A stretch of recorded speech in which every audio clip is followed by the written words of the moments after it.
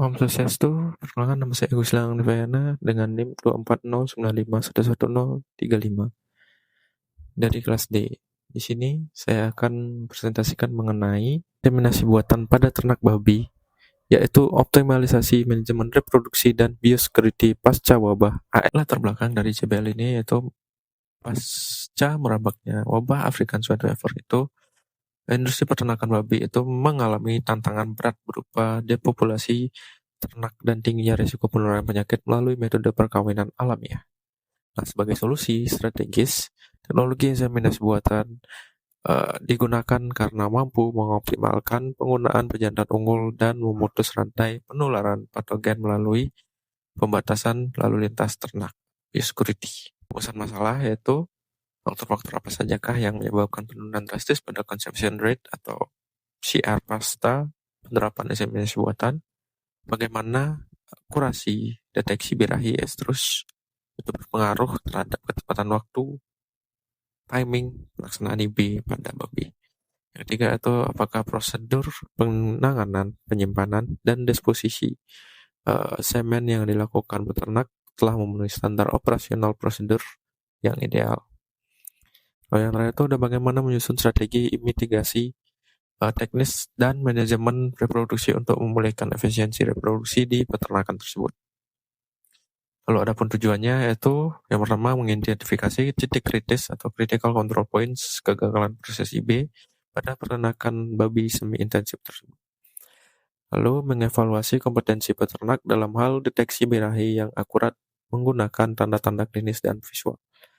Lalu menyusun standarisasi penanganan semen cair, suhu penyimpanan, dan homogenisasi sebelum diaplikasikan.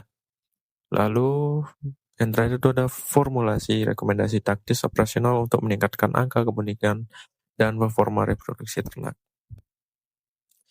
Nah, pembahasannya itu dalam konteks CBL ini itu saya mengambil CBL ini di sebuah peternakan babi semi intensif di Tabanan dengan kemitraan Mandiri. Itu ada laporan mengenai penurunan conception rate atau angka kemuningan dari 85% menjadi 55% setelah 3 bulan mengadopsi teknologi IB secara mandiri menggunakan semen cair komersial. Nah, berdasarkan data rekaman, peternak juga mengeluhkan banyak induk itu mengalami birahi kembali atau return to estrus pada hari ke-21 sampai ke-23 pasca IB. Yang pertama itu ada analisis faktor penyebab kegagalan IB, critical control points. Nah, penurunan conception rate yang drastis dari 85% menjadi 55% pada peternakan semi intensif ini itu mengindikasikan adanya kerusakan sistemik pada rantai proses inseminasi buatan. Nah, faktor utama yang teridentifikasi itu adalah akumulasi dari kesalahan manajemen manusia atau human error dan keterbatasan sarana. Yang kedua itu ada kompetensi deteksi birahi dan pengaruhnya terhadap ketepatan waktu timing IB. Nah, akurasi deteksi birahi itu merupakan pilar terpenting yang menentukan keberhasilan IB. Berbeda dengan perkawinan alamiah, di mana pejantan secara instinktif mengetahui waktu optimal untuk melakukan intromisi, pada metode IB, tanggung jawab mendeteksi waktu subur sepenuhnya berpindah ke tangan inseminator. Nah, secara fisiologis itu, siklus birahi pada babi itu berlangsung selama kurang lebih 21 hari, di mana fase estrus itu sendiri berlangsung selama 48-72 jam pada induk. Nah, ovulasi atau pelepasan sel telur itu baru terjadi sekitar 36-42 jam setelah awal mulanya fase estrus setelah mati. Nah, sel telur yang telah diovulasikan itu memiliki masa hidup yang sangat singkat dan optimal untuk dibuaya hanya dalam waktu 6-8 jam. Nah, di sisi lain, spermatozoa babi memerlukan waktu sekitar 6-8 jam di dalam saluran reproduksi untuk menjalani proses kapasitas sebelum mampu membuahi sel telur. Dengan total masa hidup fungsional sperma di rahim itu sekitar 24 jam. Oleh karena itu, deteksi fase estrus pada babi ini itu sangat penting untuk mencegah terjadinya terlalu dini, yaitu pada fase proestrus atau terlalu lambat. yang dimana jika terlalu lambat itu sel telur telah mengalami penuaan atau aging dan kehilangan kemampuan untuk dibuai secara normal. Lalu ada standarisasi penanganan dan penyimpanan semen cair atau cold chain management. Nah, semen cair babi itu memiliki karakteristik biologis yang unik, jauh lebih sensitif dibandingkan semen sapi.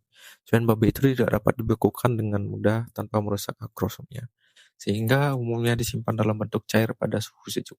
Titik kritis utama dalam penanganan semen cair adalah menjaga rantai dingin atau cold chain itu yang konstan pada suhu 16 sampai 18 derajat Celcius. Lalu ada prosedur deposisi semen dan mitigasi semen backflow. Prosedur penerapan atau disposisi semen ke dalam saluran reproduksi harus dilakukan dengan teknik kehewanan atau husbandry yang presisi. Saluran reproduksi babi betina itu memiliki anatomi serviks yang unik, yaitu bentuk seperti ulir sekrup atau cincin-cincin bantalan. Oleh karena itu, kateter IB pada babi itu dirancang khusus dengan ujung berupa busa, menyerupai kemiri, dan ujung spiral atau sprit yang meniru anatomi ujung penis babi jantan. Ketika memasukkan kateter, inseminator harus mengarahkan ujung kateter dengan sudut kemiringan 30-45 derajat ke atas, ke arah dorsal atau tulang punggung. Karena hal ini itu sangat krusial untuk mencegah kateter itu salah masuk ke dalam lubang uretra, saluran kencing yang terletak di dasar vagina, yang dapat menyebabkan rasa sakit, pendarahan, serta infeksi urinary pada induk. Setelah kateter melewati vagina dan mencapai serviks, kateter harus diputar perlahan berlawanan arah jarum jam hingga terasa ada tekanan kuat, menandakan kateter telah mengunci atau lock dengan sempurna di cincin serviks. Nah, terjadinya semen backflow, semen mengalir keluar kembali dari vagina itu dalam jumlah banyak merupakan indikator kuat bahwa kateter belum mengunci di serviks atau deposisi dilakukan dengan terlalu cepat dengan tekanan terlalu tinggi. Lalu saya itu ada formulasi strategis mitigasi dan pemulihan reproduksi. Yang pertama itu ada penerapan skema double insemination. Penerapan inseminasi ganda per satu siklus birahi sangat direkomendasikan. Inseminasi pertama dilakukan 12 jam setelah standing reflex pertama kali teramati dengan valid. Kemudian inseminasi kedua dilakukan dengan jeda 12 jam dari IB pertama. Lalu yang kedua itu ada investasi alat penyimpanan yang standar. Peternak harus menghentikan penggunaan kulkas domestik untuk sperma. Sebagai gantinya wajib menggunakan semen refrigerator atau cool box inkubator portable digital. Lalu yang ketiga itu ada peningkatan biosecurity dan higienitas. Mengingat ancaman infeksi rahim endometritis itu pasca wabah ASF ini itu, area vulva induk wajib dibersihkan menggunakan tisu kering atau kapas steril sebelum kateter dimasukkan. Lalu yang keempat itu ada program pelatihan ulang atau retraining. Nah, melakukan evaluasi mendasar dan edukasi terstruktur bagi seluruh teknis kandang mengenai manajemen pencatatan data reproduksi atau breeding recording. Pencatatan tanggal sapi, tanggal mulai birahi, dan tanggal IB yang rapi akan membantu peternak mendeteksi pola reproduksi kawanan secara akurat dan meminimalkan angka days open atau hari kosong bertelur.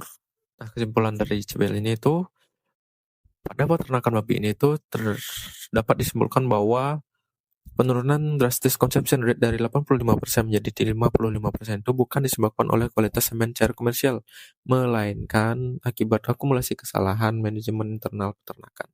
Masalah utama bersumber dari deteksi birahi yang prematur, penanganan semen di bawah suhu kritis yang merusak kualitas sperma, serta teknik inseminasi yang tidak presisi.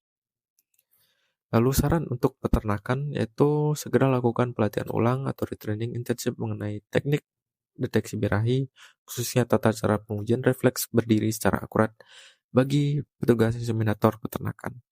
Lalu mengganti unit penyimpanan semen cair dengan cool box inkubator digital khusus yang disetel permanen pada suhu 17 derajat Celcius, serta disiplin membalikkan botol semen secara halus 2 kali sehari.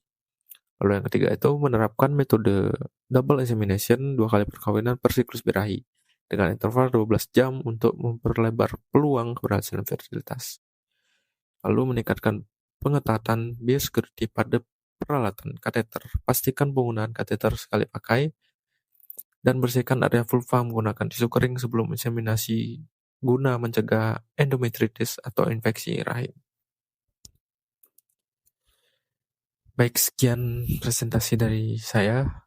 Mohon maaf apabila ada kata-kata yang kurang berkenan. Saya ucapkan terima kasih. Om Santi Santi Santi Om.